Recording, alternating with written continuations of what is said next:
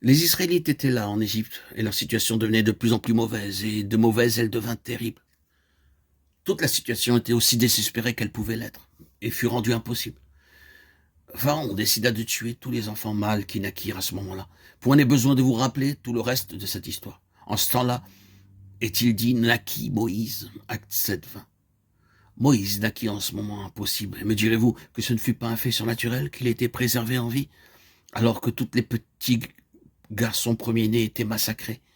Tout cela se fit sur une base surnaturelle, sur une base céleste et non terrestre. Nous n'avons qu'à jeter un regard sur le récit de la délivrance du peuple d'Israël de l'Égypte, ce que nous appelons l'Exode, pour voir, oui, quelle situation difficile existait. Pharaon avait employé toutes ses ressources pour empêcher ce peuple de sortir. Il n'y avait rien qui n'ait fait pour rendre impossible l'Exode. Mais Dieu intervint alors que la situation était des plus sombres, et il fit sortir le peuple par une forte main, comme il l'avait dit bien des années auparavant. L'Exode se fit sur une base surnaturelle. Il en est de même pour l'histoire des 40 années dans le désert.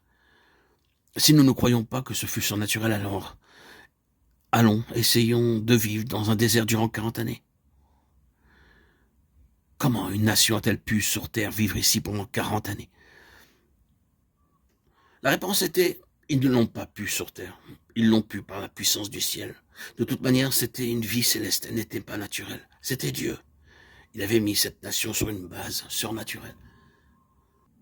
Nous arrivons à la fin de ce temps-là et trouvons Josué. Nous savons ce qu'il eut à rencontrer. Il y avait dans le pays de Canaan toutes ces nations fortes et très mauvaises. Et Josué dut conduire le peuple dans le pays, en prendre possession et en chasser toutes ces nations. Pensons-nous que cela ait pu être accompli naturellement? Non. Dieu le fit, le peuple d'Israël entra. Le peuple traversa le Jourdain alors qu'il débordait sur toutes ses rives. Et il le passa à pied sec. Nous connaissons le reste de l'histoire. De nombreuses années s'écoulèrent et nous arrivons au livre des juges. Nous tirerons simplement une illustration de ce livre.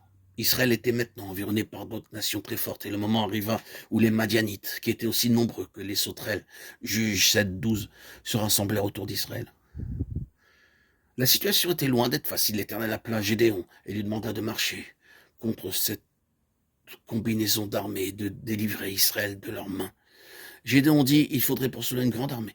Il adressa donc un appel à tout Israël et rassembla une très grande armée, qui en tout cas a été appelée une grande armée à ce moment-là. Il avait 22 000 hommes. Mais l'Éternel dit à Gédéon, tu as une armée trop grande. Il est tout à fait vrai que tes ennemis sont beaucoup, beaucoup plus nombreux que ton armée, mais ton armée est trop grande. Gédéon mit alors à l'épreuve ses hommes, et une grande multitude se retourna dans ses foyers et le laissa avec une armée beaucoup plus petite. Et l'Éternel dit, ils sont encore trop nombreux.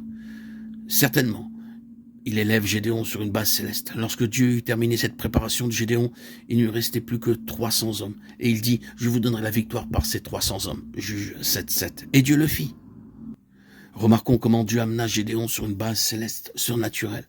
Ce fut une expérience très éprouvante pour Gédéon. Me direz-vous que Gédéon n'apprit pas à vivre par la foi? La foi et les choses célestes vont ensemble. Commençons-nous à voir la signification de ce qui est céleste et de ce qu'est la foi. La foi signifie que le ciel seul peut faire ce que ne saurait faire aucun homme, ni les hommes tous ensemble. Rien n'est impossible au ciel, dans aucune circonstance, ni dans aucune situation.